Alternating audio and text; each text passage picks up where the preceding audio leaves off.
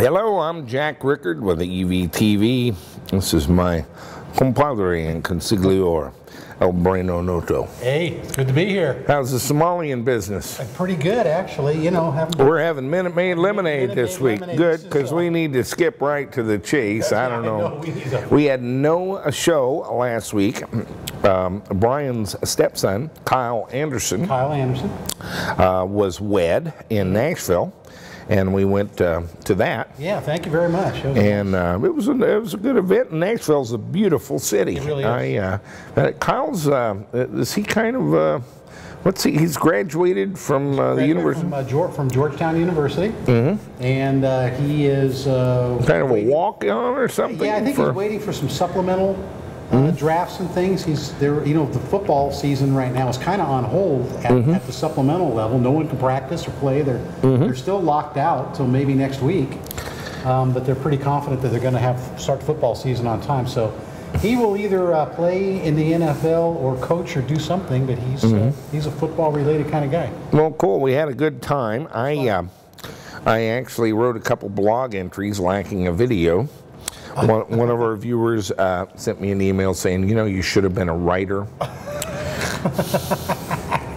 must be a new viewer. We did a magazine for 12 years. I was a technical writer for 15 years before that. A video is not my forte.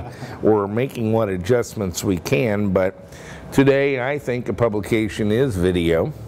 And I would be much more comfortable doing a magazine, except none of you read. And a lot of you don't know how to read, particularly among the younger ones. But they do like video, so that's why we're doing that. What's with the show? We have got another milestone that we crossed last week, which was we have 101 attendees now for our show, and we have it's not a hard number. The number's a little squishy, about 29 cars. Yeah, I think we've got a couple of two people on the same car. Thing, yeah. Show them George's bag. This is a bag you can't get now because he sent us enough for the first 100. He sent us enough. He sent us 100 bags, so we are officially at 101. And Brian took one of them away, so there's really 99 of you. We're at 101. And you'll never know who you are. So you all don't get one. How about that? That's right. But the show's coming along very well. We've again talked to Chris Payne. Yes. And he'll be Thursday night. And we're trying to get a screening of the Revenge of the Electric Car, which is supposed to start in September anyway. And guess what? We're in September. So that's cool. Yep. We got to move quickly today. So this is going to be the fast-paced version. Clipper Creek, lose the bag. Pick this up and show it to them. Just tilt her up.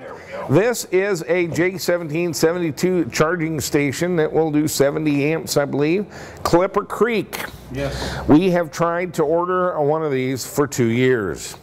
From anyone? From anyone, 880, cripple, crazy, or blind. Yeah, in a web full of them, none of them were actually available for money. No. I actually did purchase a $10,000 GE Watt Station bollard thing that was very nice, very high quality. 3 weeks later, a woman called me asking if I really meant to order that. Yeah, or was it just a mistake? And did I know that it takes 3 weeks from when you order to get one? And I told her, this is fantastic news because it's been 3 weeks and so it should be here any minute. Where is it? She said, well, I was on vacation. It never actually got ordered. It would be 3 weeks from today. And I said, how many of these have you sold on this 3 week time frame? She said, including yours? I said, yeah. She said, well, one. I said, in a row? We're not quite sure about this sale. So I said, how do you know that it takes 3 weeks? She said, well, that's what they told us.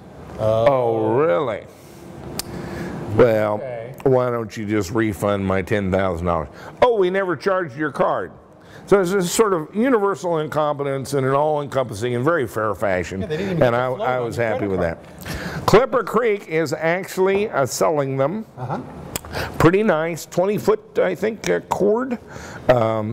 And I like the ones we've been getting with the gray, but this is a white one.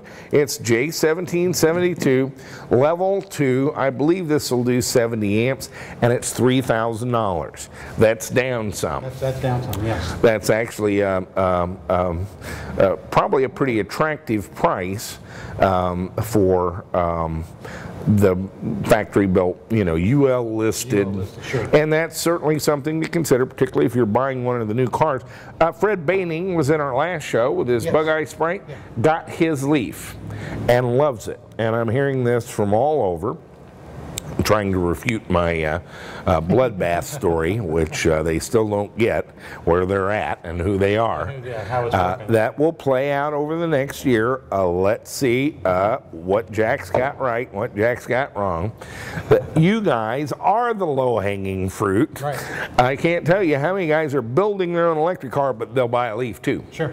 And it's because they like electric car. I get it. And yeah, it's a nice car. But it requires one of these. Now this is a UL listed, completely certified charge station that you can buy for money and will work with your car. More importantly, if you burn it to the ground, the insurance company won't have any questions because this is UL listed and it's the appropriate thing. Why did we want one? I need to be able to compare my homemade jam jobs to a real charge station. If my car can charge on this and then it can charge on mine, then probably a Leaf could charge on one of mine. We have to test that at some point. But I need a go-by. A go-by is something you go by. It's a little pattern, a baseline, and so that's pretty cool. Normally, for most of our builders, you probably, a lot of them would, well, they might be tempted to buy one of these. Again, it is UL listed, and you get kind of a pass on insurance issues and so forth if you do that. But many of you are going to want to build your own. And certainly to incorporate it, more importantly, into your build of your car so it will work with this. Right, exactly. I've got a guy, he's speaking at the show, by the way, David Kurzel, and he calls his company Modular EV Power. And he's just sent me one of these. I've ordered 4 more actually. This is a receptacle that he's building that you put in the car, but it's a beautiful machine to build it aluminum. David is actually a home machinist. Oh, really? Yeah, he's made like little steam engines and little gasoline engines, rotary engines and stuff. Very complex engine model. They're real engines in miniature. Scale model. And so he's actually quite a good machinist as a hobby. But he's made this J1772 out of billet aluminum. We're going to use this one on the Cobra. This is the one I'm putting in the Cobra. He's also done a little circuit. This is $160. And you can get them for less than that. We get the plastic ones for like $75. But is that cool? And I like cool. Beautiful. This is even cooler. This is a little device you can put on your car. You know how we do the switch and the resistors, and that works. Oh, for the 1772. Right. You don't need any of that. He's got all this in here in a $30 little circuit board that does a couple of neat things. The most neat is that you put 12 volts from the car to this, and it activates the proximity switch that works with this switch in the handle. Oh, okay. And so it automatically does the pilot signal change from 12 volts to 6 volts on the square wave waveform. In the case of my pumps, I don't have a square wave, but I got 12 volts. And it does the voltage divide, so it looks like this is ready to accept charge. But it doesn't do that until you get a good connection on the proximity switch. And so it's kind of a two-step process. One is you're connected with the proximity switch released, and then it does the proper voltage divide to signal the EVSE to turn on. Turn on, okay. And for 30 bucks, this has got all the stuff. Yeah. Just as importantly, it has a little relay with some normally closed contact and normally open contacts, and when you activate that switch, it activates that relay. What might we use that for? One moment, let me retrieve my gas cap.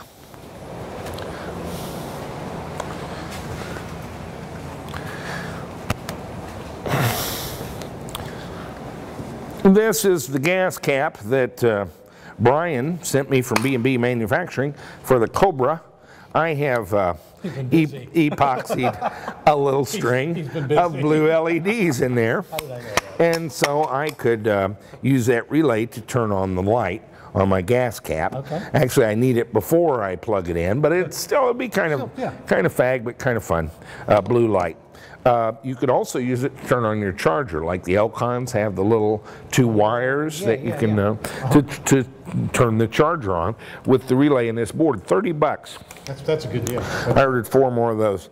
This is the J1772 control board we would put in the pump, and it does the full square wave. Okay. It has a dip thing on the back where you can set your current, and it will actually signal for that level of current to the car, and a little progress LCD. He's going to do one with a Ethernet port so you could capture all this to a PC, and it's got the connections. This will trip your contactors. You have to add the contactors on each of the 240 volt, the 120 phases to make 240 volts. Right. But this is the heart of it, and I believe that was $160, something like that. No, that was that control board is $230. This is $160, and this is $30. Okay. And he will be at EVCon 2011 to talk about J1772 and how you combine all this. The important part, I think, is that in doing your builds, you need to be able to accept a J1772 charge. So if you're over at your buddy's house that has a Leaf, that you can use the same charger. If you have a Leaf and a charger, you could use that at home. Or if you're out in public, you can use it. So we need to get with the J1772. I can tell you, living with this, it's just a lot sturdier and more robust than the little cords we were using. I like this. Yeah, this is much more secure. So J1772, here's the components you need to build your own charge station. Here's this and this for 190 bucks. You could put in your car, and you are J1772 compliant and would work with the Clipper Creek. And here's a viable and fairly quality, I think, charge station for $3,000 that you could get and install. That's the Clipper Creek thing. This is a legal, certified, known safe, code compliant charge station for an electric vehicle at $3,000, which in the world of the prices they're charging for these things is not bad. Now, understand there are some in that price range. All charge stations are not created equal. Some of them are 32 amps. You need the heavier 70 amp for future expansion. Yeah, this is the way to go. And so, you know, I think, and we're going to cover a lot of this at the event. But that's your charge station reel, and here's how you could make your own. 230 bucks for a control board. About 55 each, 60 bucks each for a couple kilowatt contactors. But here's the part you need for your car: an inlet and this $30 board, which can make you well. That is that. Guess who I heard from this week? Who'd you hear from? Dwayne Ball. Oh, right. In New York. From our Spider. The Porsche 904. New project, yeah. He's pretty much done. Really? That was pretty fast build. He's waiting on a VIN. He can't do a lot of test driving, but he sent us a walk around. Let's take a look. Okay. We're We're pretty much done, Jack. I'll just take a walk around the 904, show everybody kind of what it looks like close up. And we were having a lot of fun putting the finishing touches on. You know, of course, we got our Porsche emblem.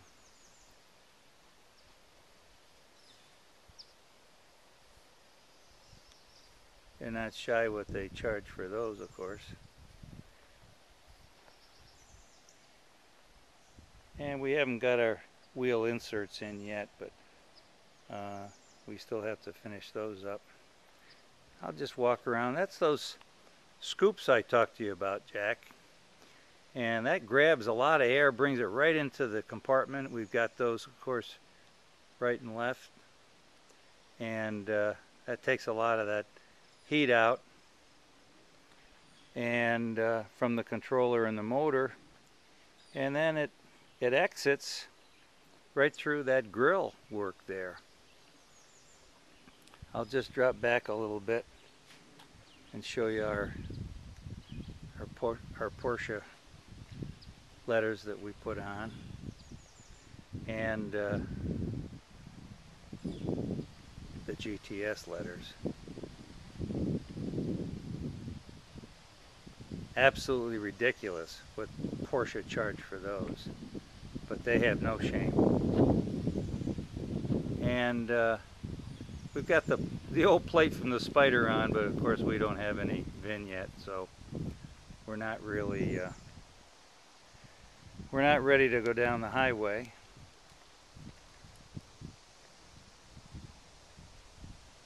And I'll stop here and open up everything so we can show you the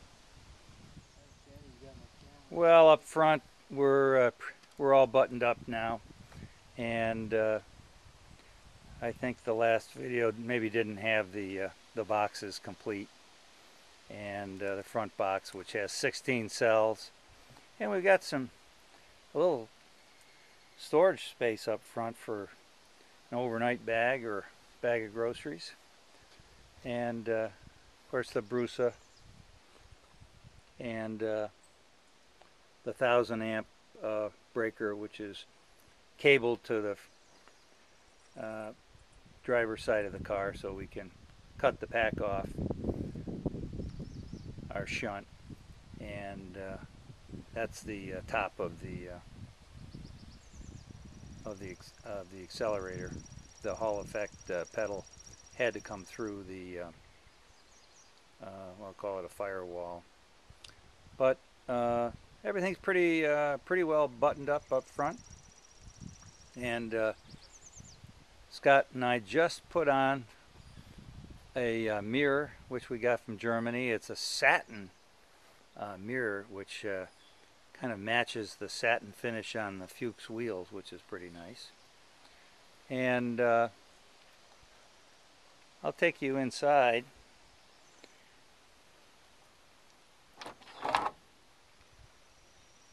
And we've got our new GTS Classics.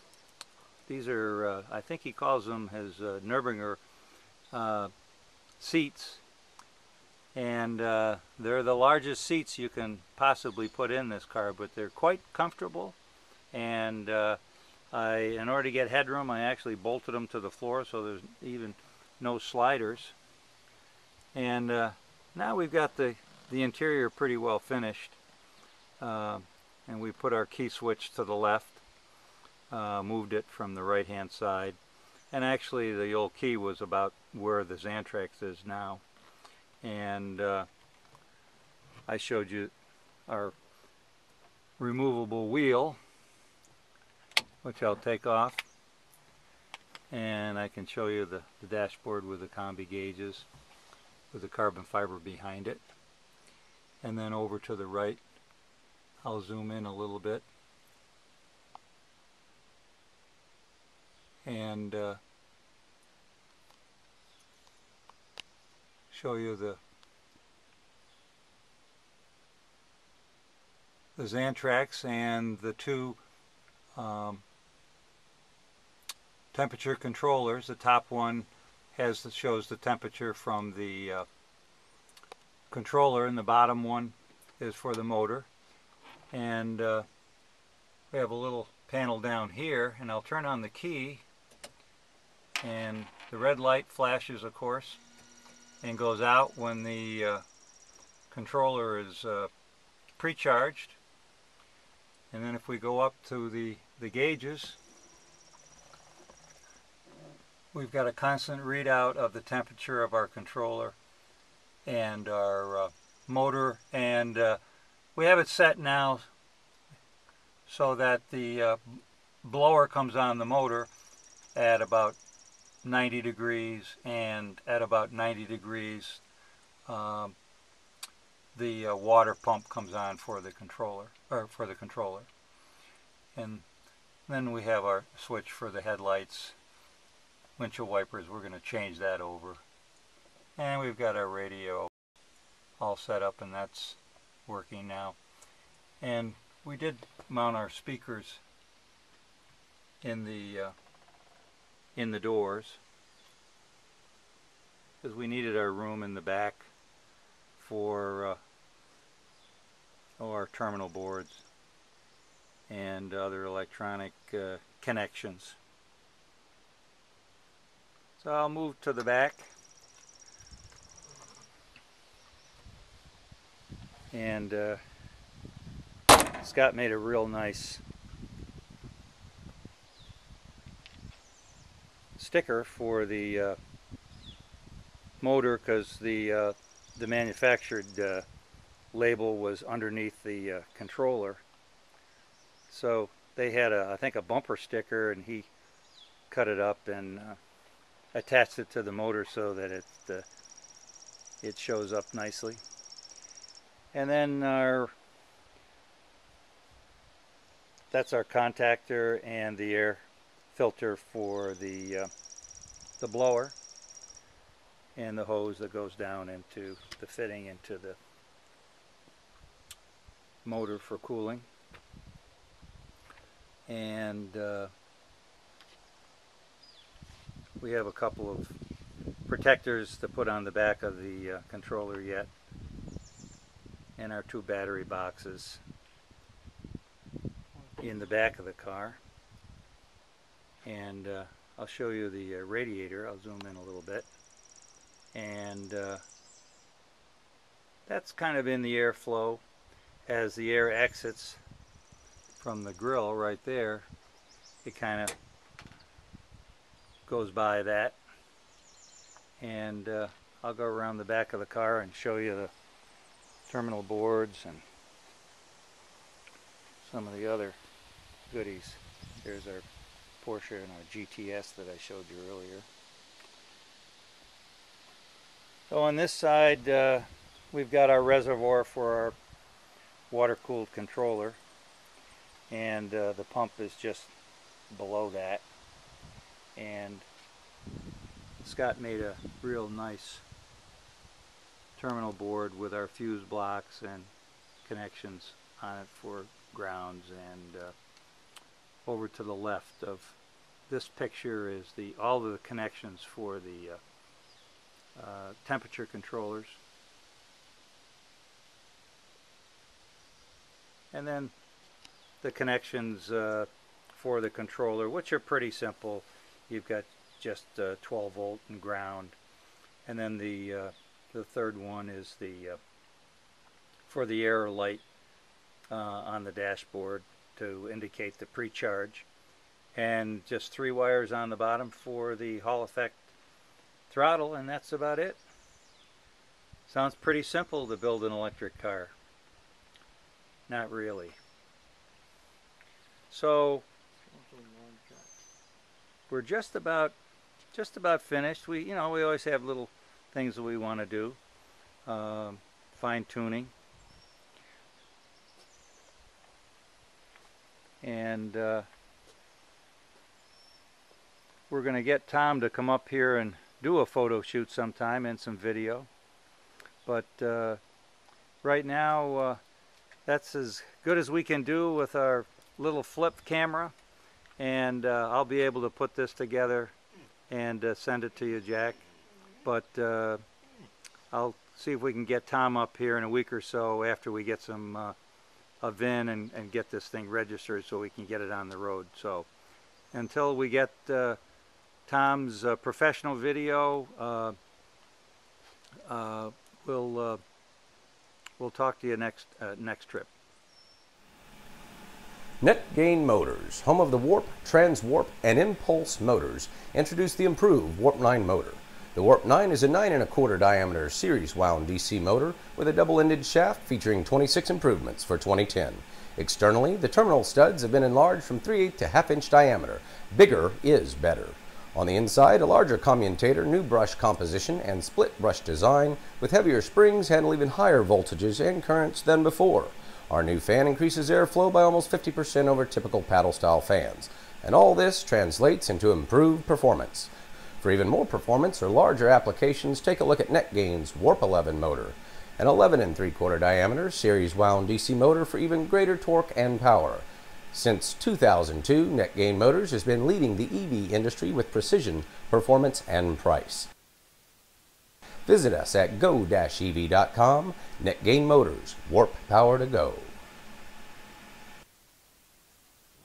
Another fabulous build. Yeah, Dwayne and Scott can put some cars together. Scott's pretty cool. Yeah, he's a good fabricator. Now that roller's over 50,000 to start with. Yes, it is.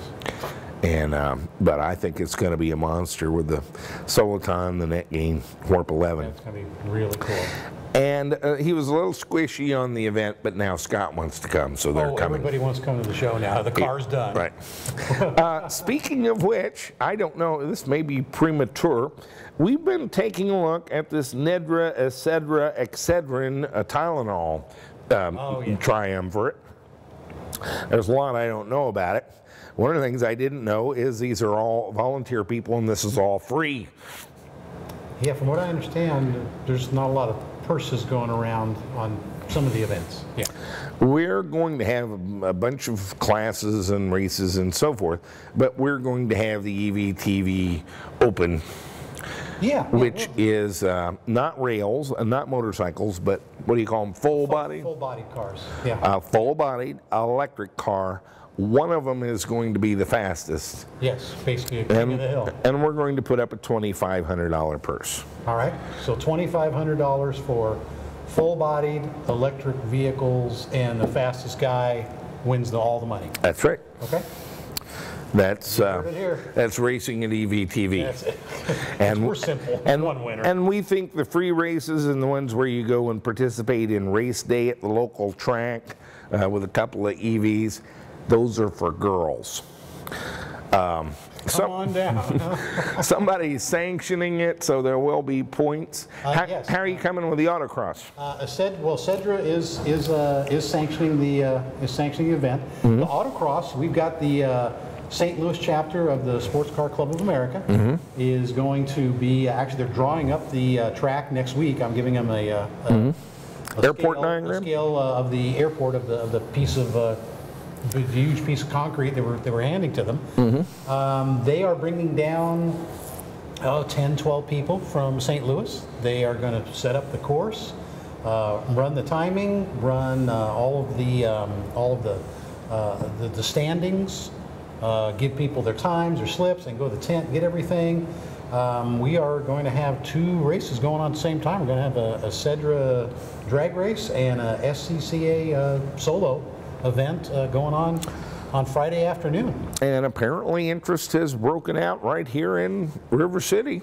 There's we were in the front page of the newspaper this week, and the guy from the local NPR affiliate was here today, and so I would expect 8,000 or 10,000 people for the races. It's going. Now they're not going to be part of the convention. We're going to knock off sessions about 4 o'clock and go play race car, and then Cape Dorado will come in and watch the races and so forth. So you'll have quite an audience for your electric car builds. Yes. And we've got some ring-ups for our scales. I've been on Brian. I want all the cars weighed. I think weight is a that'll big, be big fun. information thing. Yep, very We'll have times and weights when we get done. Right. I can study that information and probably do a whole week's video on it. Oh, God. It's sort of like an industrial espionage. Yeah, it's, speaking of watching paint dry, I know. I have actually been shooting video like a madman. I don't know how much of this will make it into the show, and I don't know how much of it should. But I got my battery lab moved down here and have been testing battery cells using a device, believe it or not, from Manzanita Micro. Oh, okay. Yeah, the device they put together. Yeah. As we've dented their BMS sales rather prolifically, Rich is not happy with me. And so, and you know, whenever you have the formative stages of an industry, you have these amateurs like this. A professional approach to this is we're all going to fight like cats and dogs for the rest of our lives. It's a business, Rich. Anyway, he's got a guy working for him. Not really, his name's Bruce Sherry. Bruce Sherry Designs, and he's the one who really designed the Redmond regulator. Oh, okay. And but I've kind of been working with him a little bit. He's got a device called the state charge head, and that measures current and amp hours and has relays and measures voltage, and it's really the instrumentation system we need for the car without the display. Okay, okay. And so I've been kind of using that in the battery lab, sort of testing it, but to test batteries. And it lets me do some neat things. I can snag voltages at an exact second instead of trying to read them off the meter, you know, with the numbers all dancing and so forth. So I'm having a good time. There's some issues, you know, in the software and so forth. It's a new device, and so it's not ready for me to really talk about a whole lot. We're still working with him, but you're going to hear more about this a lot in the future, because I think it's going to give us a good measure of amp hours finally. Yeah, we need that. That we'll be able to deal with. I like the Ziva, but it's so blind. It takes days to dial it in, and this will be a little bit more facile. So let's take a look at Jack Rickard watching paint dry. This promises to be some of the most boring video you've ever seen. Get your pillows. Where's my teddy?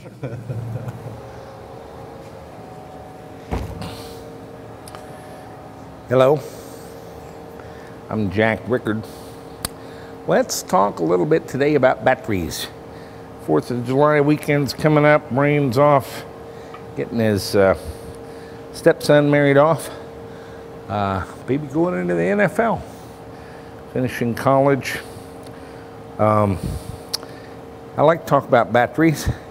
I've thought it probably made pretty poor video, as it's kind of like watching paint dry. But as it turns out, a lot of our viewers seem to like these talks.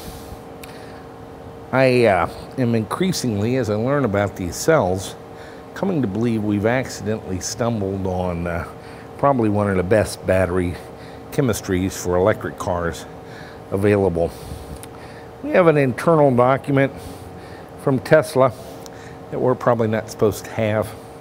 One of our viewers sent us, showing that they have a internal discharge and loss of capacity of about 20% per year when the batteries are fully charged. Somewhat less than that, 4 or 5%, when they're at a 50% charge. And they were trying to figure out how to get the automobile users to leave their cars half charged. If you own a Tesla and you're going to be away a while, run it down to about a half and park it. Your cells will last longer. They use very small Panasonic 18650 cells. I'm kind of amazed. They have a rated cycle life of 300. I'm not too sure how Tesla got around that. Winston Chung largely holds 15 patents that has spawned the Thunder Sky Battery Company. An offshoot of that, using those patents, is the China Aviation Lithium Battery Company. Now Winston Chung has started the Winston Battery Company, and Thunder Sky has been renamed Sino-Poly battery company. All essentially the same lithium iron phosphate cathode structure with a graphite anode and a series of 4 organic solvents with some lithium in the electrolyte. They've proven to be very hardy cells. This particular cell we're going to talk about immediately today is a 4-pack of Thunder Skies 90 amp hour cells that we purchased, I believe, in October of 2008. This has not been particularly well cared for. In fact, we use this box as a thing to paint something on with a spray can. It's been moved a couple of times. It's 2.5 years old. Let's open this little time capsule and see what we've got inside, and we'll talk a little bit about battery testing.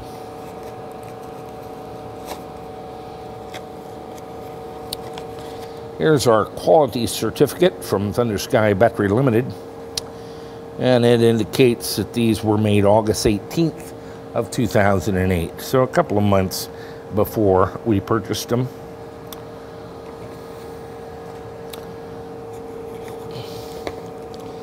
I'll remove the foam packing lid. I saved this stuff. It's great for a lot of things. Obviously non-conductive.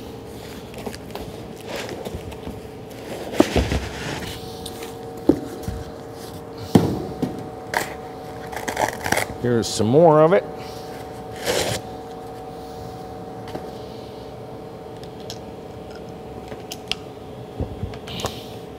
And here are our 4 brand new 2.5-year-old been stored in a 100-degree garage and in a 0-degree garage, laid on its side, painted on top of the box, no particular humidity, nothing. Let's check the voltage on the cells and see where we're at, if we've had any mishaps here. Cell number 1 on my Agilent 5.5 digit, I've got 3.301 volts. On cell number 2, I've got 3.2963.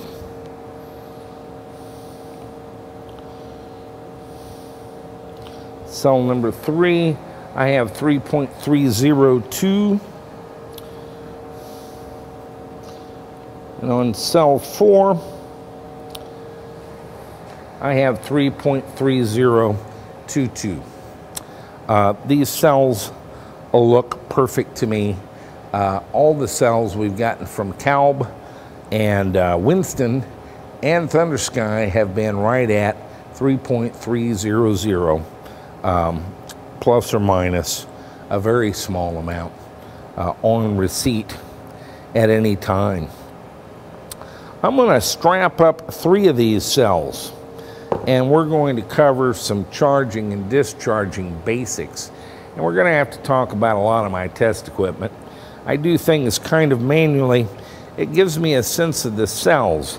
I don't know how to convey this in a blog or on the video, but if I put a cell under load, when I take off the load, the voltage bounces back.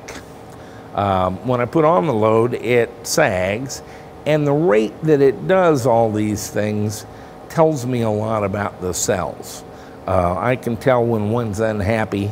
They almost have personalities. That's very difficult to convey, and it doesn't show up so much on an automated test. I can get a lab view, lab jack situation and some lab view and set up a very automated test. I recently looked at a very nice 1,000 amp test set from China. It was $14,000, and I decided to save my money. The temptation would be to go off and let it do its automated thing. I'll learn a lot simply by fooling around the cells very manually. The charger I'm going to use today to illustrate a number of things, is a Lambda EMS power supply. It'll only do about 12, 13 volts, but it'll do 200 amps.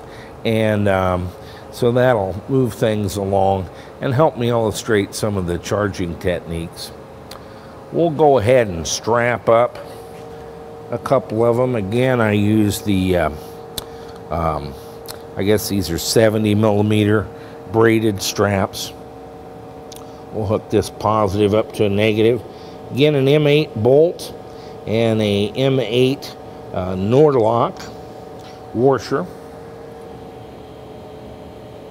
We'll often do 300 or 400 amps. We're going to immediately do some 450 amp testing today,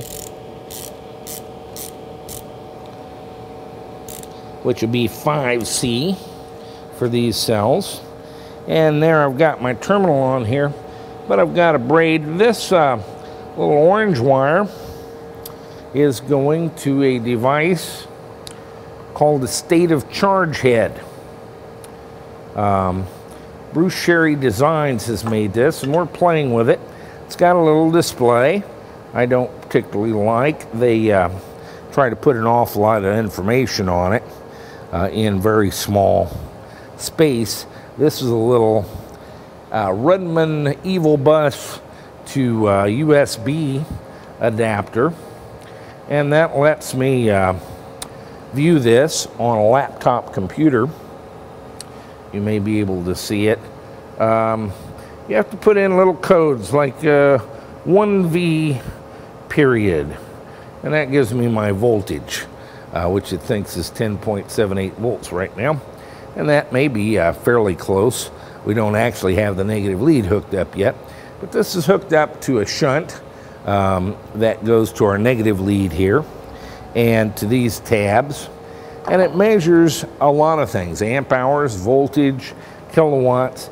It's the beginning of an instrumentation system for a car.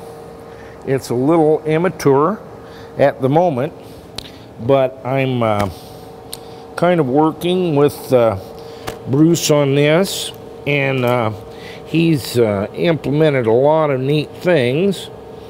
It's primarily to, I have to say, to display the output of the Rudman regulator, which is a top balancing battery management system that we don't use at all ever.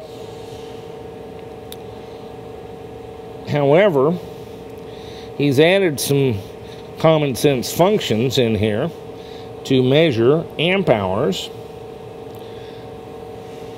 watt hours, current, voltage, and a lot of things that are very useful to know. Not only are they useful to know, but he's working towards something that would be useful to have. And by that, he does use a shunt to measure the current, which actually drives the amp hours and so forth from that. Shunts will typically, this is a 500 amp, 50 millivolt shunt, which would indicate that with a full scale 500 amps going through it, it will generate 50 millivolts a drop across there, which he then measures to determine the current. This is a very stable technique and a very old technique for measuring current. So it uses this shunt to measure current into the battery, and this would work the same way in your car. Shunts generate, in this case, 50 millivolts for a full 500 amps of current. It's a very low-level signal. I like the Hall effect sensors in that they produce 0 to 5 volts for their full scale, but they're a lot driftier and have a lot more problems of calibration than the shunts do. Unfortunately, all the dedicated silicon, the chips that will work with shunts, have gone to surface mount packages. I can barely see them, much less solder them. So there is no dip or canned TO type chip for reading shunts anymore. And so it's a little bit of a problem for me. It's not for Bruce. Bruce has done, he invented the Rudman regulator and has done a lot of work for Manzanita Micro. He actually has an independent company, Bruce Sherry Designs, and he's pretty sharp with some of this hardware. So we're playing with this a little bit. The device has two fairly strong relays in it, and he exposes, they have both normally closed and normally open contacts, two sets of them for each of two relays. And you can trigger this relay based on various things like your amp hour level, your voltage level, whatever you want. The device acts as a slave. You have to send it a query. And what I've got here is a laptop with hyperterminal and just some big fonts so you can see it. If I say 1V period, I get the voltage, which right now appears to be, for these three cells, 9.94 volts. I can also get the current 1C plus, and right now that's 0 amps through the shunt. I could get the amp hours with 1A plus, and that's looks like 2.65 amp hours, what I have in the unit right now. I'll hit a 1R period, and that resets the unit, and my 1A goes to 0. And so this device helps me count amp hours while battery testing. That's not really where we're going with this. Eventually, I'll be doing some Macintosh, perhaps iPad 2 software to interface with this device and make a pretty display. But I like his approach to the hardware, and my hardware project, the parts alone were close to $600. They're selling these at Manzanita Micro for $490 for the basic unit. Another 100 and something for the box, and so I think this will be less expensive and probably more accurate. I was having to put a lot of calibration in the software. With this, I can just get amp hours from his device. So it's you want to follow the development of this one. It may be an answer to some of our instrumentation issues. If we can put a pretty face on it, I think it could be outstanding. Let's talk about some of our other hardware just for test. I've got a little power supply here I use as a switch. It energizes a double contactor. That contactor will connect my battery to these two constant current loads. A constant current load in the face of a changing voltage as the battery goes down will actually maintain a constant current level. I have two of them in parallel. This is a Acme Electric PS squared L1500. So together they'll do about 3,000 watts of load. I told you about my power supply we use as a charger, and so with the contactor off, I can simply flip this on and charge something. So if I go 1C, I get 178.8 amps. I'm showing 179 on here, and so we're actually charging our cells. I'm up to 3.70. Let's talk about some charging basics. I'm going to drop my current here to 150. Actually, I'm going to adjust it for 3.65 volts here, which is what I'm reading on one cell. We can take the middle one, and we're at about the same thing, 3.64. The way that the charge works is perhaps poorly understood. I've seen some utterly bizarre things. The voltage of the cell is actually naturally fully charged 3.400 volts. That's the open circuit voltage of a lithium iron phosphate cell. You almost commonly see them fully charged at 3.37 or 3.35. We undercharge a little bit, so we'll see 3.32 quite a bit. That takes hours to achieve of being open circuit. There's kind of a diffusion reaction of the electrons forcing the lithium ion exchange that's somewhat delayed, and you wind up with a surface charge. Right now we're seeing 3.63 volts. This is kind of a recipe.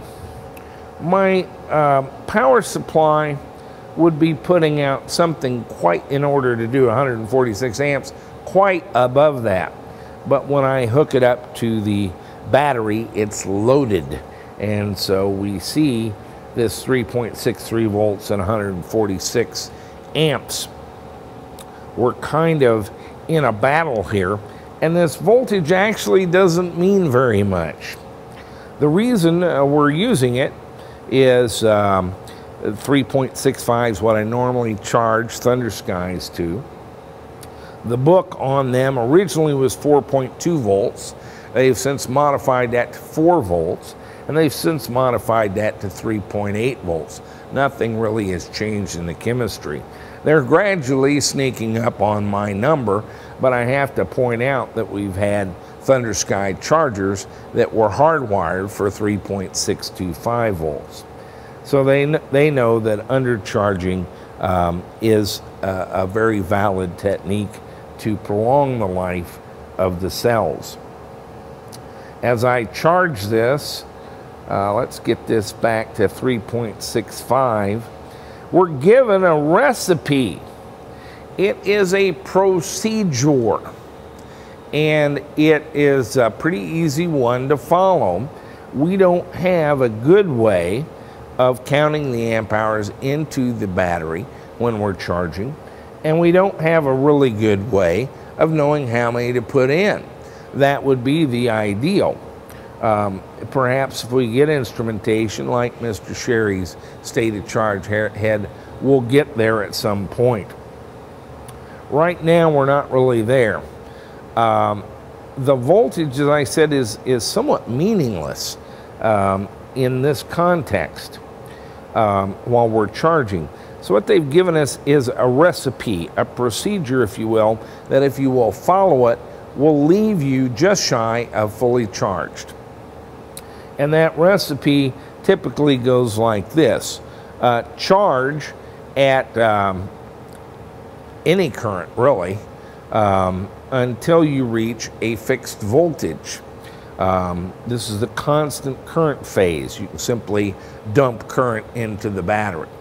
When the cells exhibit this voltage of 3.8, 4.0, we're going to use 3.65. Switch to constant voltage and allow your current to drop off. Continue this until the cyanopoly sheet now here, what does it say? I think it's 0.05 C,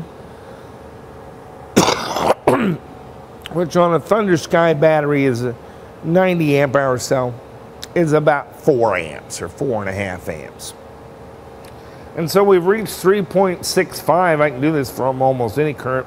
Right now I'm at 157 amps. I'm just a little above 3.65. So I'm going to cut my current back manually to 153 and see where my voltage goes. And you can see it dropping back down 365, 17, 16 in there. Let's drop it another couple of amps, and we're at 3649697. That is, I can almost adjust that voltage with the level of current going in. And again, this is an apparent voltage that we're measuring at the terminals, not inside the power supply, because there is a drop at 150 amps through the cables. We're simply going to maintain 3.65. As energy goes into the cell, the internal true voltage of the cell comes up. And so our little battle here is going to change, and we're at 3.6505, 06, 07, and our voltage is climbing. Let's turn down to 150 amps. And here I am at 150 amps of current. And now I'm back down to 3.65 volts, but there's 36501, 02, 03, and it's counting up. Let's turn her down to 148 volts. And now I'm down at 3.648889, but that will start to climb again. And as we add energy to the cell, the internal voltage of the cell will come up, and so this exhibited voltage will also change. That connection has led many people to believe that is the voltage of the cell. It is not, never was, can't be, never will be. We're following a recipe like cooking noodles to get to an end, and if we will follow it properly, we'll come pretty close to a full and properly charged cell. I'm going to turn this down to 145. I've been lauding the Bruce Sherry's stated charge head, and it is an interesting device. This is a Manzanita Micro PFC 75, kind of a dangerous charger all the way around. In the first place, it can't hit the mark very good. It'll rise about 4.5 volts from wherever you set it. But worse, we just got this Ford Edge in, and they had all these switches wrong. The switch on the furthermost on the right should be down, all the others up for lithium iron phosphate cells. And the reason is he's got some features in there for AGM batteries and lead acid batteries, and one of them is a float function. I plugged this Ford Edge in and found it still charging at 3 o'clock the next afternoon. And the reason it was still charging was it was following another procedure for AGM cells and would keep coming on and adding more current. When we say that we're going to charge this to 3.65 volts, and we're going to keep turning the current down to maintain that, and we're going to discontinue charging when we reach 0.05C. That 0.05C is in the recipe. At 4 or 4.5 amps, quit. You have charged the cell. Now that you're not putting in very much current below that, and you're maintaining your voltage very carefully, and for the next 3 weeks are only putting in 1.5 amps and holding that voltage very carefully, that voltage never did mean very much. It was a thing in a procedure. What you have just done, it would be like making a chocolate cake. Let's put some chocolate and some eggs and some milk in a bowl, mix it up, throw it in the cake pan, throw it in the oven, and put it at 375 and go off for 3 weeks. We've forgotten 2 things. You have to have flour in the bowl, and number 2, you're only supposed to bake the cake for 45 minutes at 350. We've just left the oven on for 6 days, and with the understanding that it would never get above 350 degrees. The 350, it was part of a recipe. It's an instruction. The 45 minutes is part of the instruction. You can't leave part of it out and still have the same thing. And so this Ford Edge was cooking off batteries because this wasn't set. If you must use Manzanita, the rightmost switch is down, all the others are up, and this clock becomes very important. At 3 o'clock, it's sort of immediate. The first click is 15 minutes, and each click after that is another 10. I would say two clicks is about all you ever want to do. You're not going to be able to detect with this charger 0.04C, but at the currents you could charge it to 25 minutes after it hits the voltage, and it will taper down the current. If you'll give it 25 minutes and then terminate, that'll probably be pretty close to your 4 amps. Again, it is one of the dumbest chargers on the market. It's also one of the strongest, although I manage to blow them up on a regular basis. It's kind of persnickety, but it puts out a lot of current. And so we're up to 3.68 at 139 amps. And I want to turn that down. And as you can see, my voltage comes right down. Now wait a minute, I went above my 3.65. Sue me. It's okay.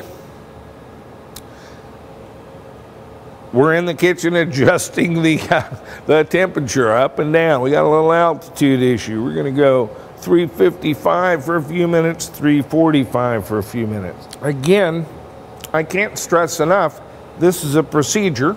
You have to do all the parts of it, and the voltage and the current number that I'm using don't mean anything. You can do this at 15 amps. You can do this actually at any voltage below their maximum, and you'll be somewhat less than fully charged. I think they're saying 3.8 volts now. They started at 4.2, dropped it to 4.0. We've been charging at 3.65 very successfully on Thundersky cells for a long time. The China Aviation Lithium Battery Company cells have a little bit of a flatter curve, and so it's a little sharper on both ends, and so we typically charge that at 3.5 volts. And again, that's part of our recipe. And as you can see, my voltage has crept up. I'm going to put it back down beneath 3.65. Let's go to 3.647, and I'm down to 97 amps. You notice how my current is descending. That's not really constant current. I'm doing constant voltage, but constant current refers to the fact that do all the current you can. Most of the chargers won't do the standard charge rate of 0.5C anyway. That would be 45 amps. Very few of you have a 45 amp charger. And in fact, this is the power supply I'm using. See, I'm at 365, I'm 0.70 again. I'm going to drop her down to 90 amps. And things are starting to move more quickly now. This is a characteristic of a charge curve. On the flat part, things happen fairly slowly, but as we get closer to fully charged, this starts to turn up, and this voltage will be climbing faster even at lower currents. We're down to 87 amps. I started at 150. So you can do this somewhat manually and less by rote if you understand what the process is. I picked 3.65, and we're going to do as much current as we can until we reach that. We're already there because I can do 200 amps. And then you simply start to taper down the current to maintain the 3.65. As the energy in the cell rises, so will your red voltage that you read on your meter, and so you'll have to bring down the current. The Elcon charger, the Brusa charger, these do this quite automatically and can maintain any voltage that you put into them and then terminate the charge at some minimal current level.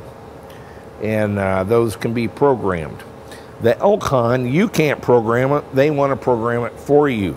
It's a very good value for a charger, but a very big pain if you're going to change the number of cells, move it to another car, reuse the charger. It's kind of fixed. You have to send it in and get it reprogrammed. I think there is a guy in California that'll do that now, I'm told. So I'm down to 3.6375, 63 amps, and we're moving along swimmingly here, charging 3 of our 4 cells. That's going to put them a little out of balance. We can take care of all that later. I'm actually going to stop the charge at this point. We'll finish it up in a little bit here to do a capacity test, but I'm curious about another matter. The internal resistance of the battery is what determines how much the voltage changes when it's under load or putting out current. Recall we did some testing on the Speedster in a car with the 180 amp hour China Aviation Lithium Battery Company cells. We, starting with a voltage of about 188 volts, we sagged to 147 volts when we were under a continuous 1000 amp load. I'd like to see how these Thunder Skies compare. We've never done that level of test on Thunder Skies before, and they should be quite similar to the Calbs. As I say, they're almost the identical chemistry. These are Thunder Sky 90s, and we're going to test them at 5C. 450 amps is about the limit of what I can do right now with my 2 Acme kit constant current loads. So we're going to try this. I'm going to do a 15-second dump here. I'm going to use my little iPhone as a clock. I would note that our 3 cells are at 9.9922 volts at the current moment. And I'm going to start my clock and turn on my load. I can see here that we're doing 449.7 amps. Our clamp on shows 451. I'm at 15 seconds and 8.620 volts. And so we can stop all that. As I said, I'm at, let's see here, 449.6. I'm showing 451.1 there. 224.9 on each of them, so about 449.8. And let's shut that down. That'll disconnect our contactor.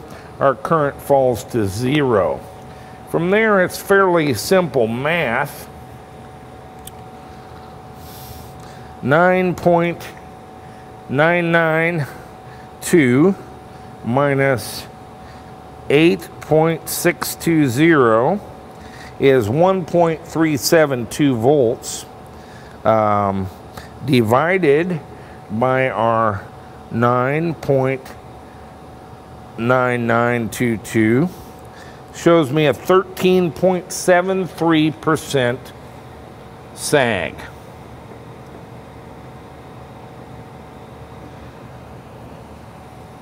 We can also say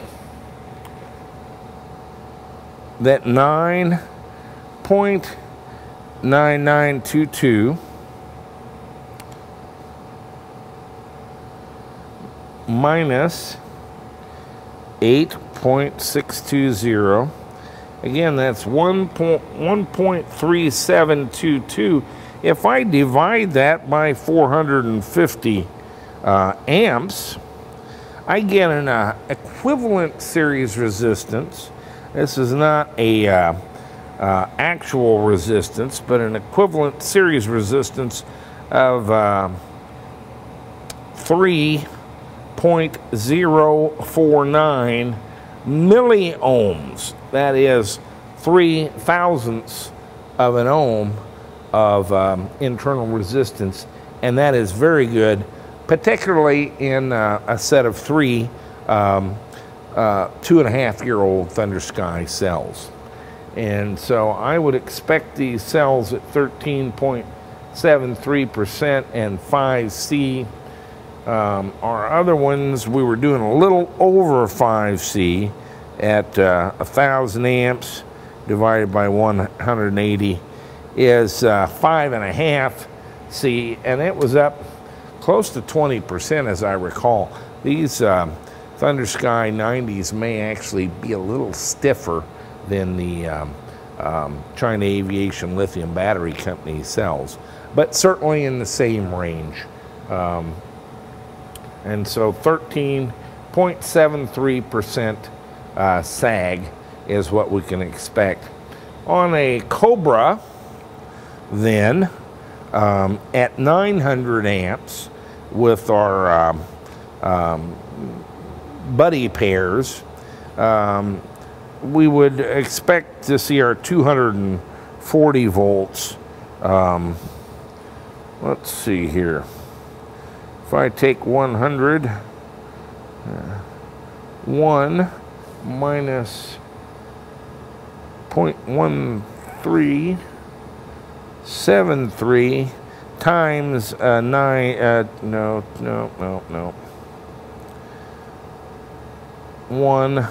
minus 0.1373 times 240 volts. That couldn't possibly be right. 174 volts.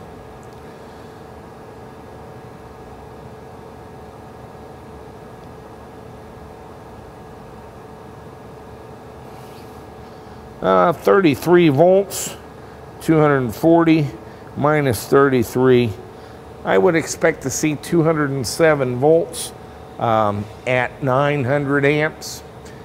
We may be going at a higher current level than that, and so we could be seeing 190 volts or so, and that's how we would derive that. But yeah, about 13.73% on a 15-second 5C draw, and that works out pretty good. New kind of battery. It's a very different battery that's been under development for a number of years, ostensibly by an American company, A123 Systems. They're traded, a publicly traded company in the US. Their stock is taking a dive to $5, and they haven't really found anybody to use their batteries. I suspect that all this is happening just at the time where they're starting to develop a pretty good cell. We have taken a look at their 32-680 cylindrical cells in the past and found them unacceptable for automotive use in almost every respect. And so I come at this with a little bit of bias against the company. I've also got a little further bias against them. We've talked to them a number of times over the years. I did buy $10,000 worth of the little cylinder cells from them at one point, but they got to the point where they simply would not sell these cells to hobbyists or custom car people, and they state this on their website. If you try to inquire about it, they simply decline to accept the inquiry and tell you they don't do that. We did have a conversation with one of the vice presidents of this company a year or two ago, and he told us at that time that the reason was almost entirely due to a burned up Prius modification that was done out of Boulder, Colorado. And one of the principals in the company that did that was David Andrea. He is the principle behind the Lithion or LFION battery management system today. But A123, after investigating the incident, had decided that this guy was kind of a clown. But worse, they believed, so he said, that the reason they didn't get the Volt contract was because of that incident. And so there's kind of a bias against selling to individuals with their cells. I'm okay with that up to a point. And the point is this year, when they received $249 million of your tax money, not for research and development, but to set up a production facility in Michigan for American jobs to make American batteries for Americans. Well, I am an American, and I've paid plenty of income tax in my day, and now we've got an issue. So I've written our Congressman Joanne Emerson, and we're going to make quite a stink about this at the highest levels of the Department of Energy for A123. Game on. That'll be a lot of fun anyway. That said, aside from what I feel about A123 and their use of the American tax dollars, we're about batteries. And so I'm interested in this cell. It's primarily, they tout it as being a high power cell, and their specification sheet indicates a max continuous discharge of 30 C. That's 30 times the amp hour rating. These are 20 amp hour cells, and so they claim that this can do a continuous discharge of 600 amps. Well, if it's a 20 amp hour cell, it can't do that for very long. But that would be indeed impressive, but they claim a max peak discharge of 60 C or 1200 amps. This would be an extreme amount of power. And so this would probably be the cell of choice for racing. That said, that's not my interest in it. The cell weighs 480 grams or 0.48 kilograms, and at our 3.35 volts per cell, that's about 137 watt hours per kilogram. We're seeing 106 perhaps with our Thunder Sky and China Aviation lithium battery companies. So this represents about a 30% decrease in weight for the same power. Now, it's not only underwater because of our history, it's a little bit underwater because of the price.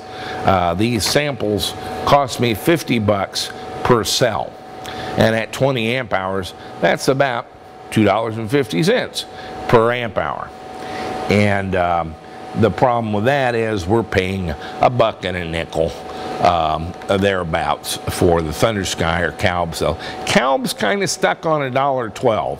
They just want that $1.12, and so they've kind of priced themselves at a disadvantage, and I think that's going to work not in their favor as we go into a future with Winston Battery Company and the Sino Poly Battery Company, all of them kind of operating out of the same factories. That said, so this battery is almost 2.5 times the same expense, but we get higher density and higher power.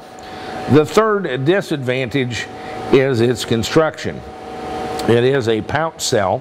I have measured the edges and so forth. You'll recall the CoCam fiasco with Victor Tikhonov. They do not appear to be tied to either terminal. You've got two very similar terminals. They put a little sticker on the negative and do show these, but they're fairly narrow. It's a fairly small package, and again 480 grams, so I could put 10 of these together and have a 4.8 kilogram cell with 200 amp hours, where we're at about 6.1 kilograms for 180 amp hour Calb cell.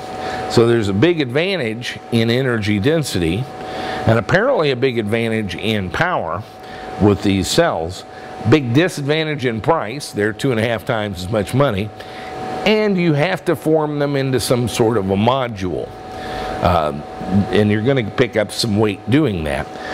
Today I've just got them strapped together with little strips of aluminum and little screws and nuts, and that gets them all together there so we can test them.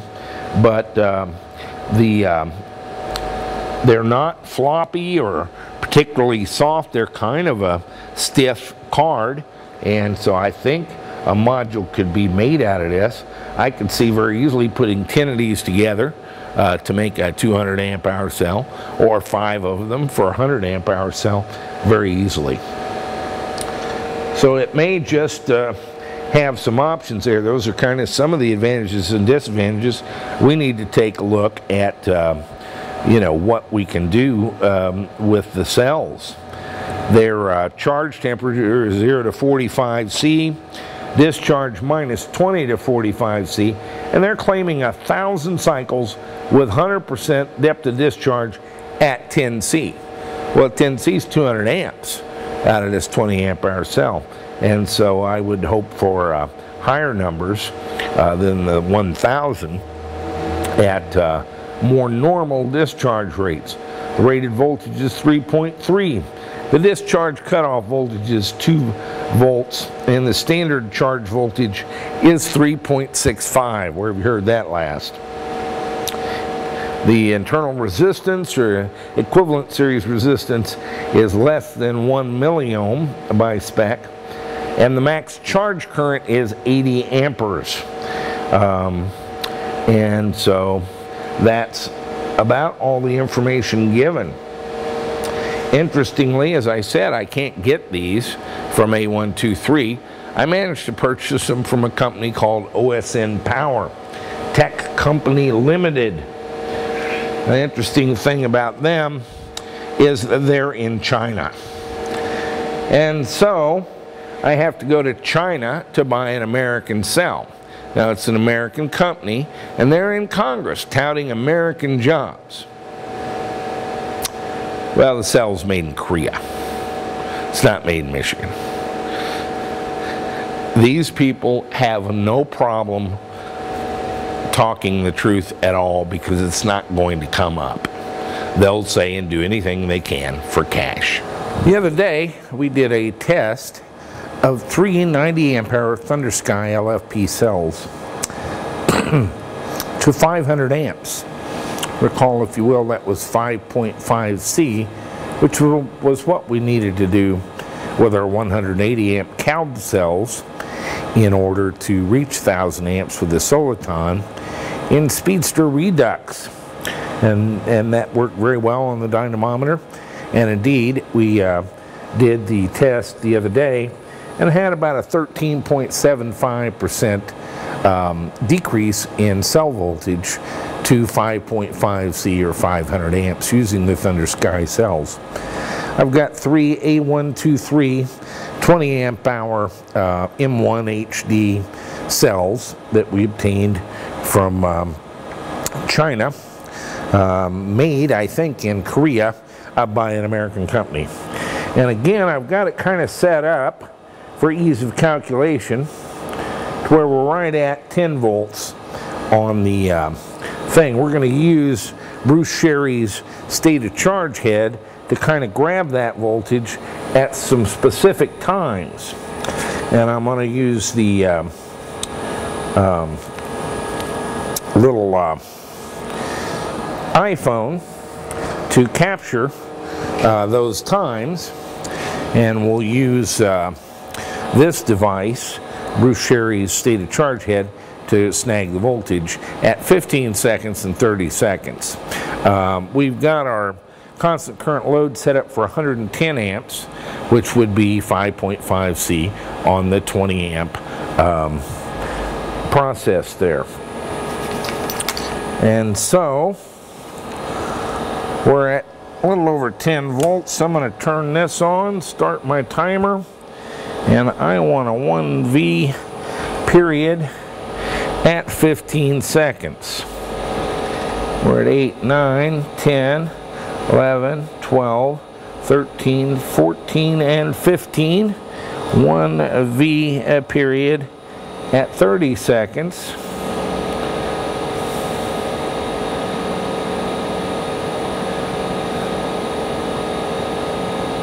And 30. And let's shut off our load on that. And we have a fairly impressive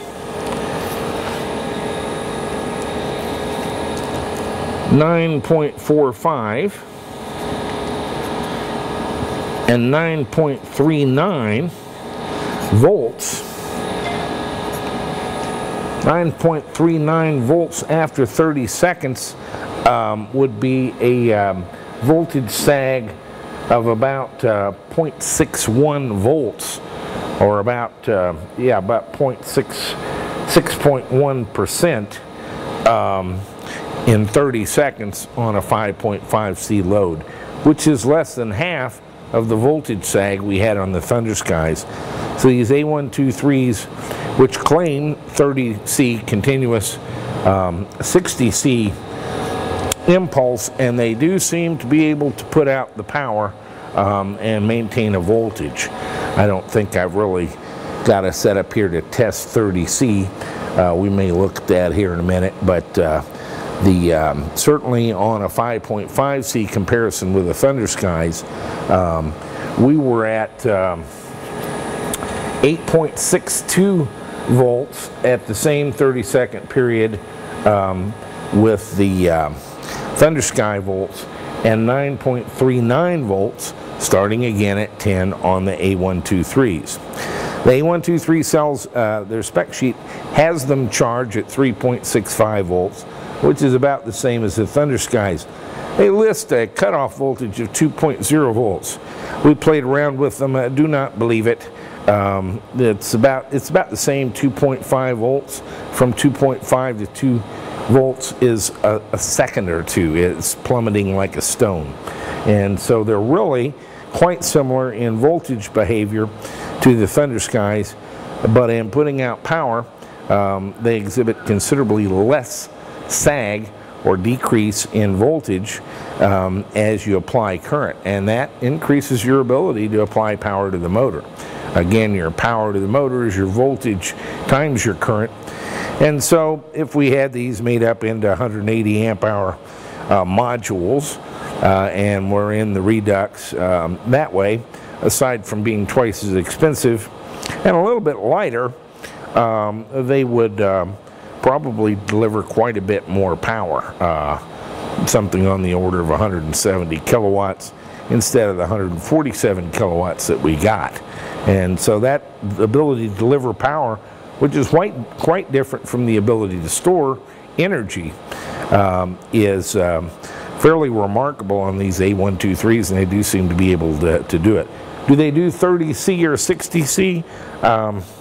I probably wouldn't be in a situation to put that to the test. We normally would have them configured where we have enough storage to again get our 100 or 120 miles. So I don't need 30C, but the higher the voltage at 5 or 6C or at 10C, the better off we'd be. Let's try a 10C test.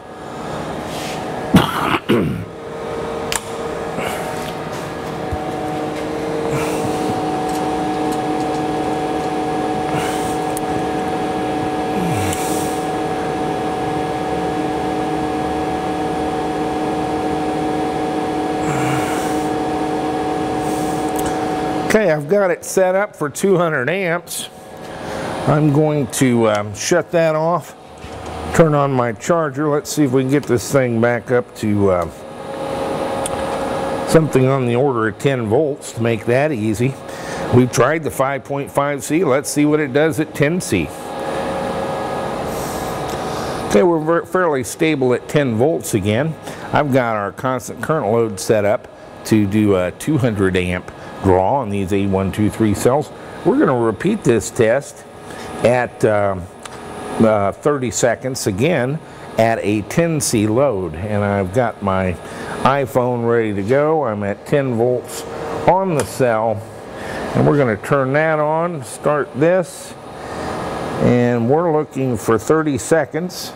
We've got 200.1 amps over there going into our load. I'm at 11.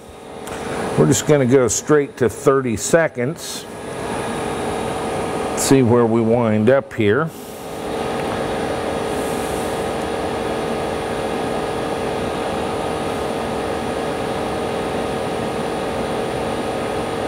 And 30. I'm at 8.9 volts.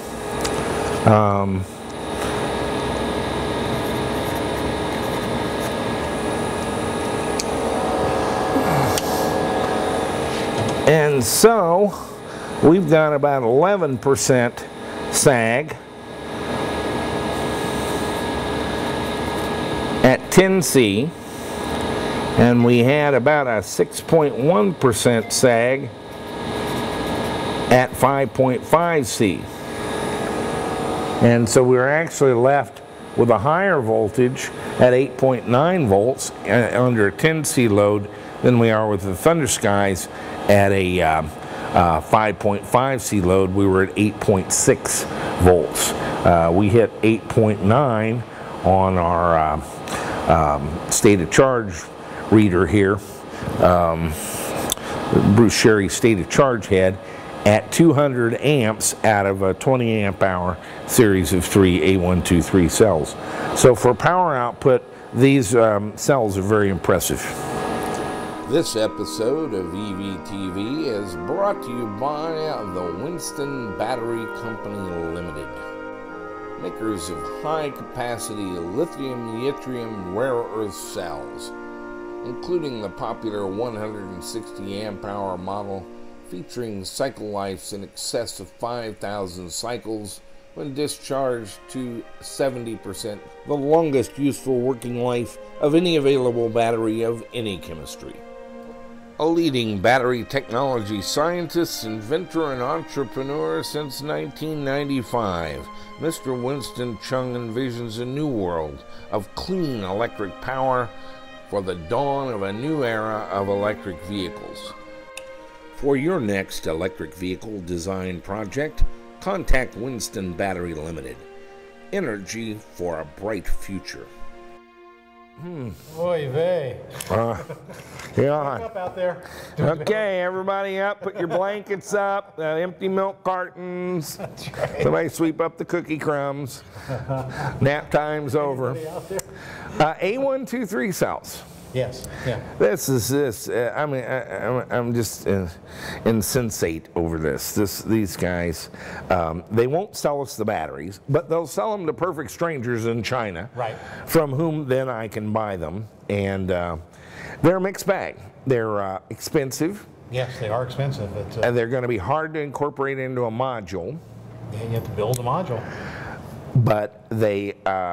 We're seeing 6-7% sag, less than half the sag for any given current output. They're very stiff, yeah, and they're very light. At the bare, they're 137 watt hours per kilogram instead of our 106, 105. Yeah. And so it's a mixed bag. We're going to have to look at this further. Okay. And if any of you have come up with a way to build the module out of these tab cells, other than Victor's mini nightmare explosive battery pack, we'd like to hear about it.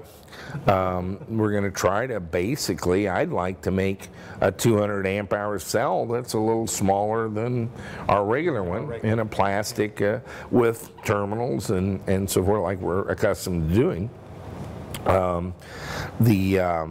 But we're open to other modular suggestions. Nobody has any. A BMS, I don't think they need a BMS. They are a little twitchy, but I would think that because they're 20 amp hours instead of 200 amp hours. I think if I work with these, it's basically what I'm seeing is the same stuff. It's 2.5 volts. Their spec sheet says 2.0, absurd. They're 2.5. Yeah, they're 2.5 volts on the bottom end, about 3.65 on the upper end. I'd probably charge them to 3.5 or 3.55 because they really take off at the end. When they hit it at the end. Yeah, probably 3.5 volts. And they're not quite 20 amp hours. And by the time I undercharge them a little bit, I figure an 18 amp hour cell is basically it.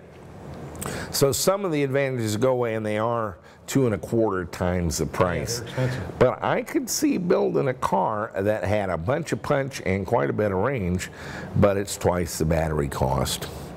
Speaking of batteries and bottom balancing, oh, I know. let's see what Carl's got for us on the Cobra. We have been playing with batteries. Battery. Okay, here we are at the Cobra. We've got a little bit of a mess going here with our batteries. I need to get 142 cells in this car, and it looks like a 120 cell car, doesn't it? We need a shoehorn to squeeze them all in. So Carl has built me another box to go on top of our existing box. And this is going to let us do 2 rows of cells this way, laid down on their sides, and that'll be another 28 cells, I think. Yep.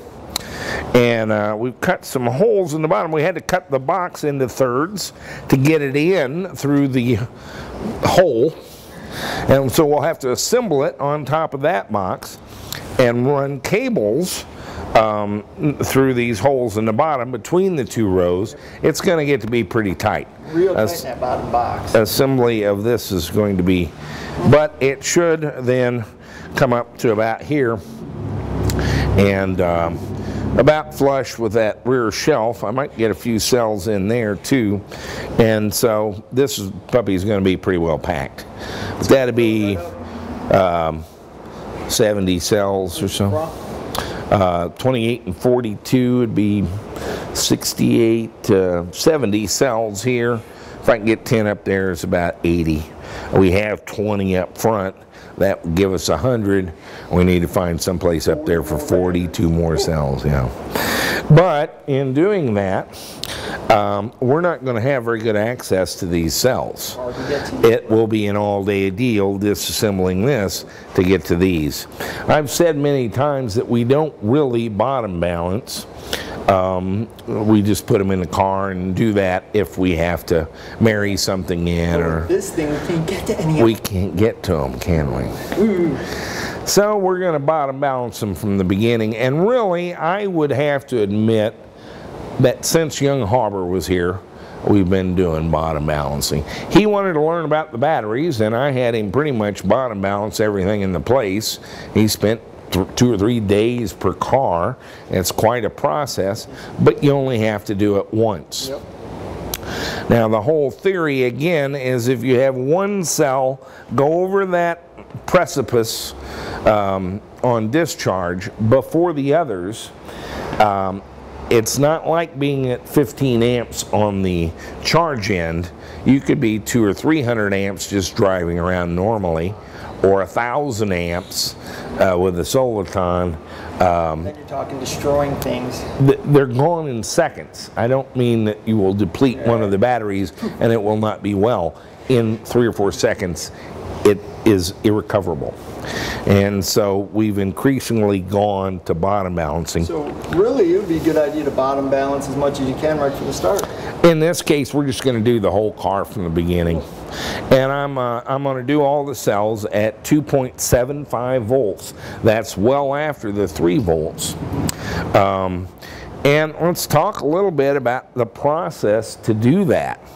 We have 42 cells, but that's really 21 cells, or 63 volts at 3 volts.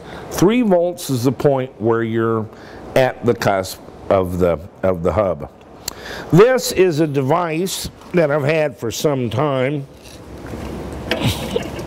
If I can bend over that far, I've got a couple of like battery cables here, jumper cables, and this is for 1,000 watt half ohm resistors. Now if I take this cable and move it from here, say, to there, I would have 2 ohms. The way I've got it right now, I have a half an ohm, and we're familiar with Ohm's law. Yeah. If I connect this to our terminals, and polarity doesn't matter, I'm just hooking up a resistor, I can take 2 ohms into about a 70 volt pack and pull 35 amps. Now you're sucking down all the batteries right now then, right? That would be all the batteries. I have a little switch here wired in where I can turn it off and on. And I've really got it configured for a half an ohm, which would be 140 amps. And this would get quite hot. That's why I need 1,000 watt resistors at 70 volts, and at 30 amps we're at about 2,100 watts. But that would be through 4,000 watts of resistor power. And so it'll dissipate it, it'll get hot. And step 1 would be to bring my pack down to 3 volts. And that's not 3 volts loaded, that's 3 volts static. So I would take it down to 63 volts for the 21 pairs, and then disconnect it and see what it recovers to, and hit it again until I can get it to stop and stabilize at 63 volts. So the recovery rate is where you want it to be. Right. When it recovers from the discharge, I want it to be at 63 volts. That's step 1. Now I'm on the edge of this thing. But what you're going to find is that you're averaging 3 volts, but you have some cells that are 3.1 volts, and you have some that are 2.4 volts. Fortunately, we were only at 30 amps, and so we didn't drive them to destruction. This is a different set of jumper cables hooked up to our Thunder Sky charger over there. This is a 160 volt charger that'll do 30 amps. And I can put that on the whole pack, or I could put it on an individual cell, or I could put it on 2 cells that are next to each other. So after we have it stable at 63 volts and have our microphone back on, we're going to go through and one of us read the voltage of each cell with a voltmeter, and the other one write it down. And this works better with 2 guys. Yeah, a lot easier. And you go through and write them down in order. And you glance at this sheet of paper and tell a couple things right away. You have kind of a pattern, probably up around 3 volts. And then you'll have some outliers that are at 2.4, 2.6, or whatever. And we're going to take those jumper cables and go to each of those low cells and add energy into them to bring them up to the whatever the pattern is, 3.05 volts or 2.95 volts, where most of our cells are. How long does it take to bring them up with these? Well, it's a single battery at 30 amps, which is what this will put out. It depends on where we're at on the curve. If we're bringing a 2.9 up to a 3.0, that can take quite a while. If we're bringing a 2.4 volt up to a 2.7, that's relatively quick. And just like when we discharge, when we charge, if I want to hit 3 volts, if I bring it up to 3 volts and turn off the charger, it then falls back down. Right. And so we have to overshoot the 3 volts a little bit and then shut it off and let it come back down.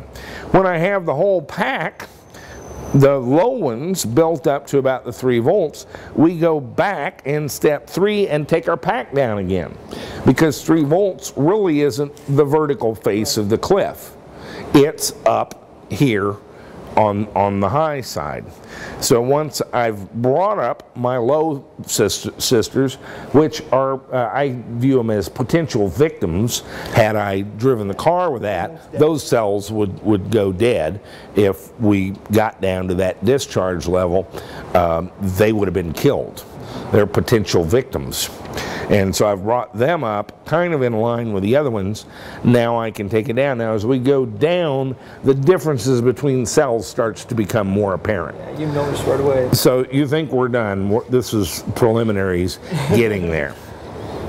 And my mission usually is about 2.8, 2.85. I picked 2.75 on this. We're going to do a very careful bottom balance because I can't revisit this. Once we have this assembled, it's an hour's work to get back even to measure the cells. And this isn't a quick job. It takes a while to do this too. It takes a day in a lot of cases, and part of it is after you add energy or take energy out of an individual cell, it bounces.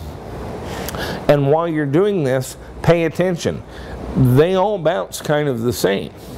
If you add energy, it will then fall. If you bleed off using one of your, and on a single cell, the half ohm on a 3 volt cell would be an amp and a half. Or, well, no, it'd be 6 amps. And so that's all you can take out of a single cell. I like to get 2 or 3 next to each other because I can take out or put in faster, but you have to get them to come into balance. And so you make about 3 passes, and you have to let it rest between the passes because the voltages change.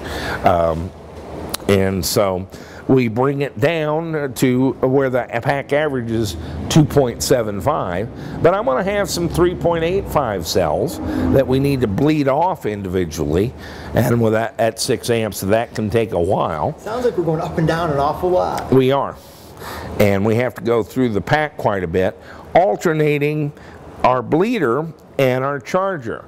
The charger's always faster. And so I can bring them up easier than I can take them down.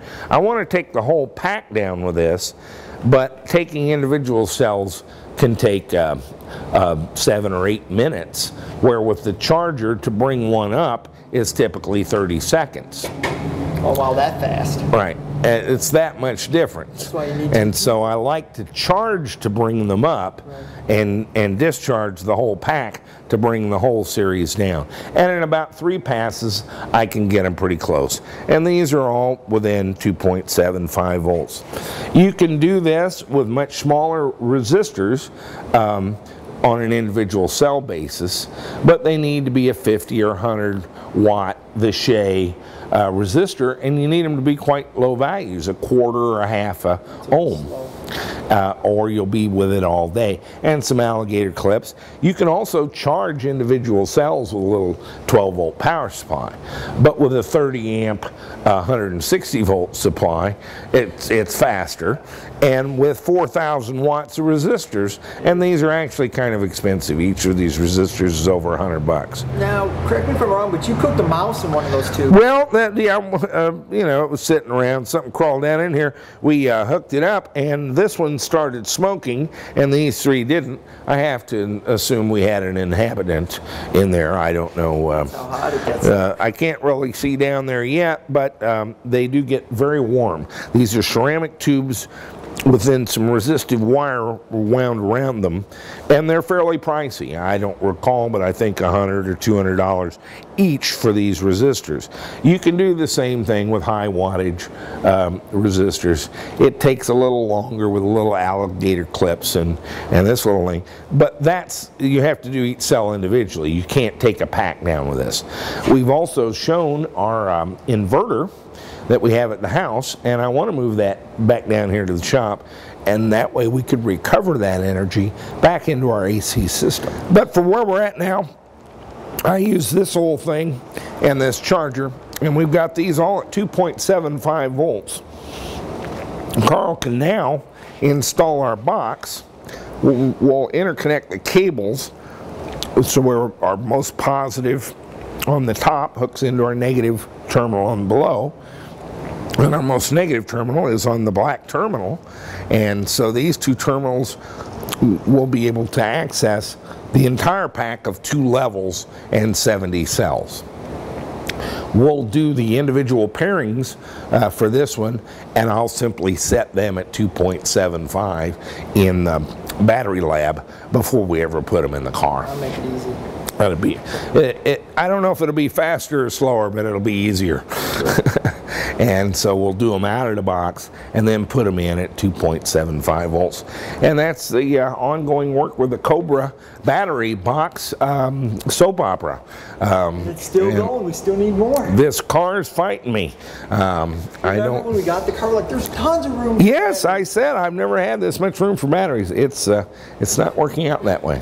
We need a lot of batteries to drive the power plant we're putting in this car, and reach that 120-mile range figure is kind of non-trivial. So that's batteries on the Cobra. Carl, good work on the box. I think, again, paint it black and it disappears, right? Yeah, that's right. That's right. Always works. Okay. Masterflux proudly presents the Sierra Series brushless DC variable speed electric compressors. The Masterflux family of compressors are up to 40% smaller and lighter than competing belt-driven DC automotive compressors.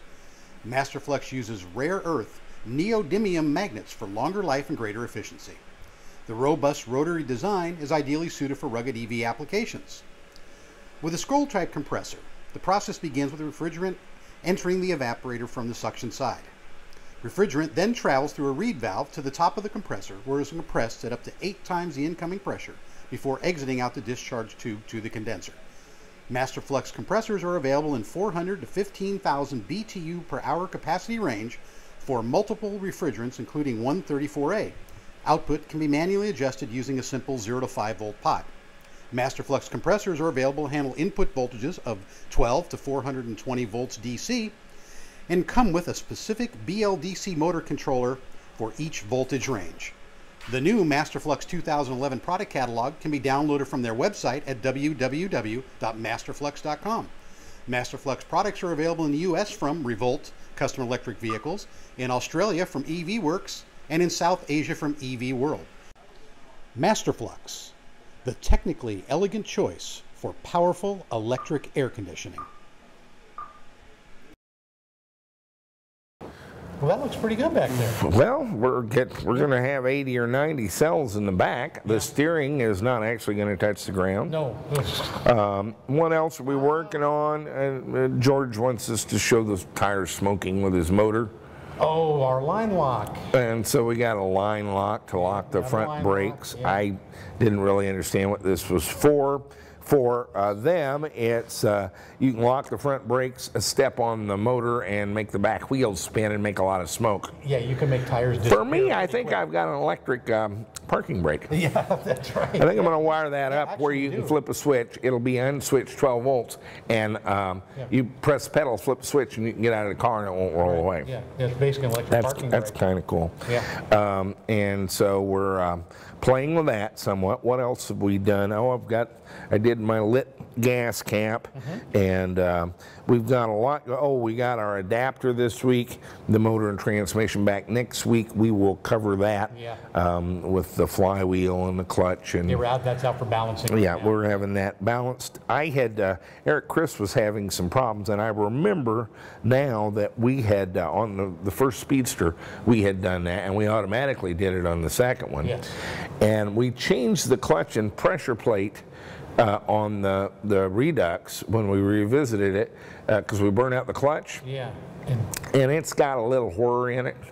I mean, it's not bad, but I know exactly what it is. We should have balanced it when we had it out, and we were in such a rush that we didn't. Just didn't really think about it. Yeah. When you're doing this, guys, any of the local, this is a Napa auto parts, but auto tire and parts, any of them will do this. You can take in a clutch, pressure plate, and a flywheel, and they'll dynamically balance these. And just do it. It's worth it. What, $100? $30? 30 bucks? 100 bucks? I don't know. Yeah, it's not much. It's not much money, and they do it all the time. And anybody that can turn rotors or you know can balance usually a clutch and a flywheel. So let's see. We did Dwayne. We did the Cobra. We did my battery adventure. Anything else about the show? Just that we've got another deadline. Oh yes, for registration. That's true enough. We have some people still trying to make up their minds, and so I've agreed to not extend the $400 deadline, but to give you a little bit of an incentive. It's $495 until August 15th, registration for the show, and then $595 after that. Last month or on site, for $595. So you got another shot to save $100 on the show. So if you've made up your mind to come, this is save another $100. You know. Or give it to me later. Gonna come anyway, aren't you?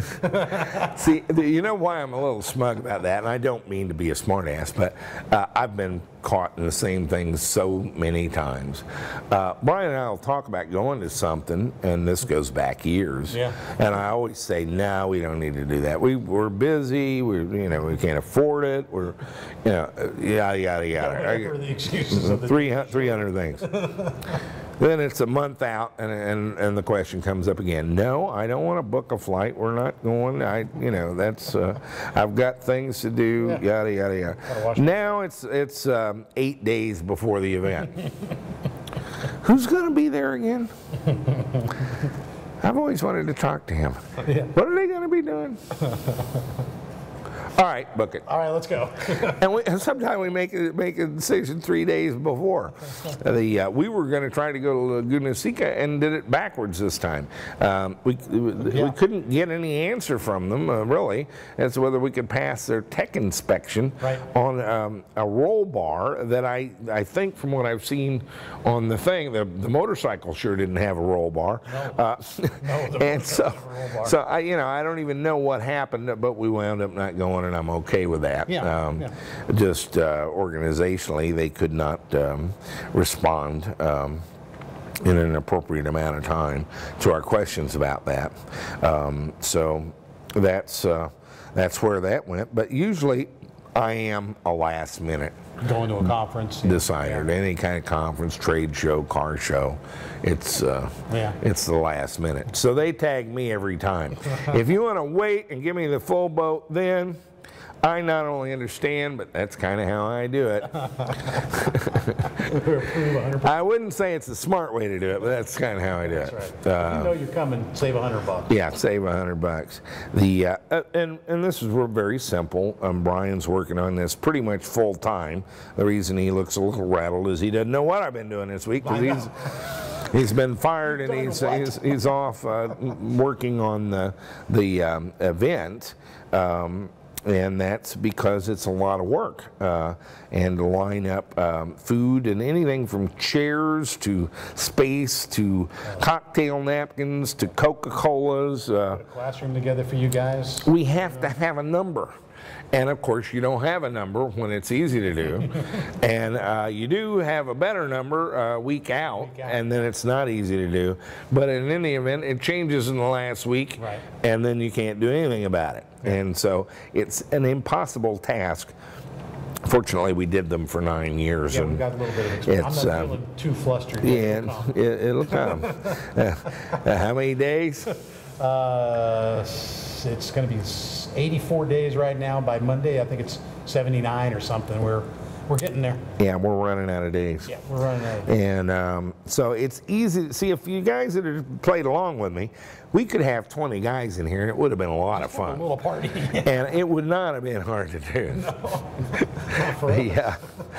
But, and I'd have had a good time. But no, this will be a fun event. In any event, I can't picture more than 350 or 400 people. And that's the size. I get to talk to everybody kind of one-on-one, find out what they're doing, look at their cars and stuff. When there's 7,000 of you, this is not fun for me anymore. That's why I sold it last time. No, it is. It isn't any fun. It's a lot of work. But with, we've done this for 400 or 500 people. If I've got 3 or 4 days with them, I learn an immense amount of stuff. And that, for me, that's a lot of juice. And you'd be surprised. You may not think it's much what you've done, but if it's something I haven't heard of yet, it's a pretty big deal. I sucked it up like SpongeBob SquarePants.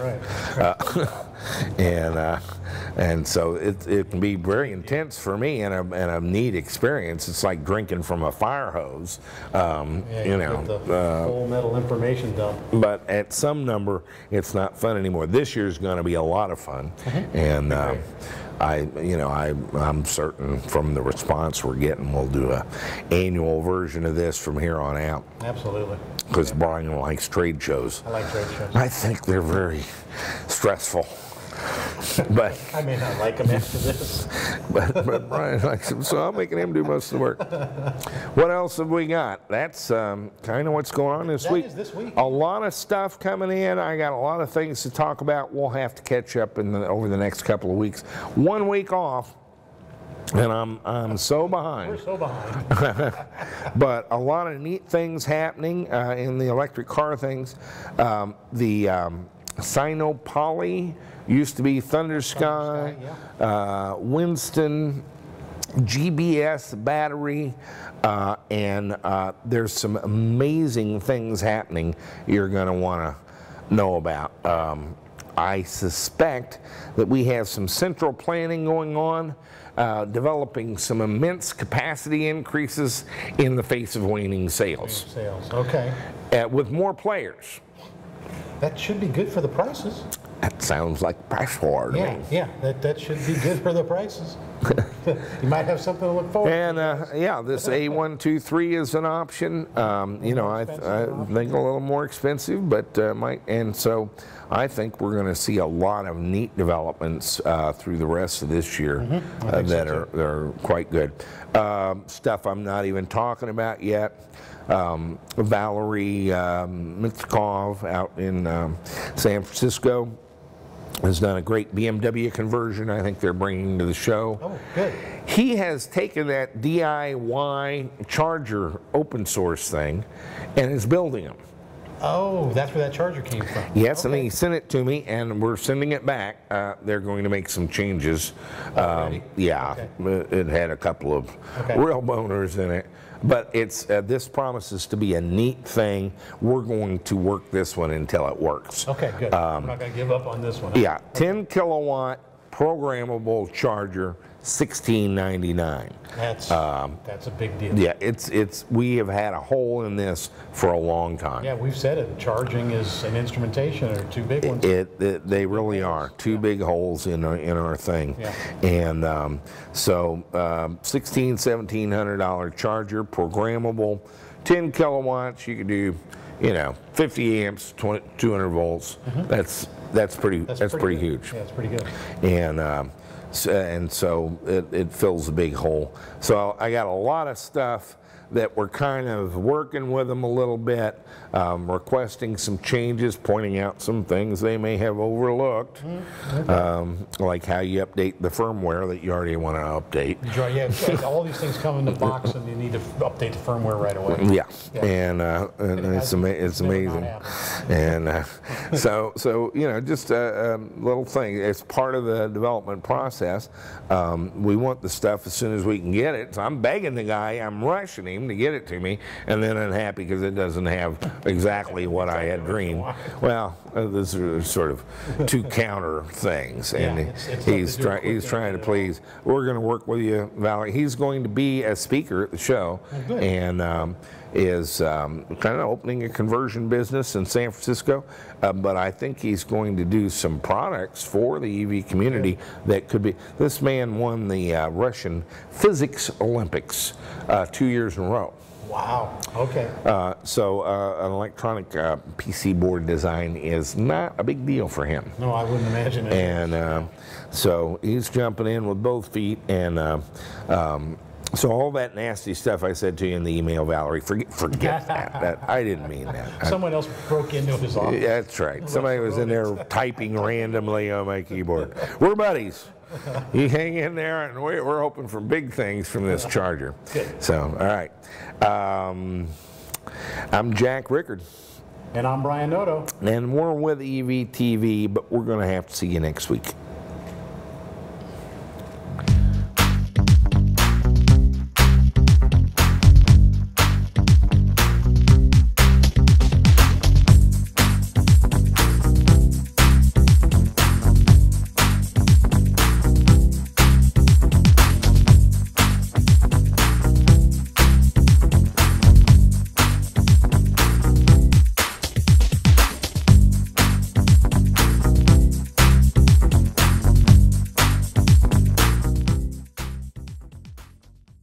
Hello. My name is Green Envy, a regular guy kind of superhero in search of a really good electric car. And this is Carbon Footprint. I am really pissed off because we have not made any progress so far in our quest for a really good electric car. What are we doing on this train?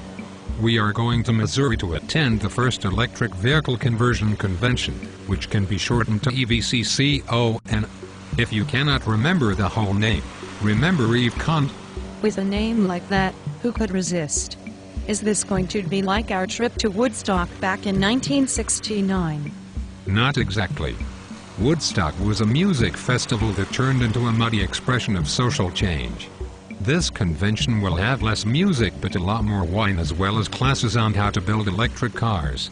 So will the Chevy Volt, the car that the U.S. government helped build with a bailout of $50 billion, going to be at the convention to show that America is still leading the way? Not exactly. General Motors only sold 928 volts through February 2011, and most of the sales were in California. California is where my mother, Mother Nature, has a second home. Unfortunately, her mortgage is underwater.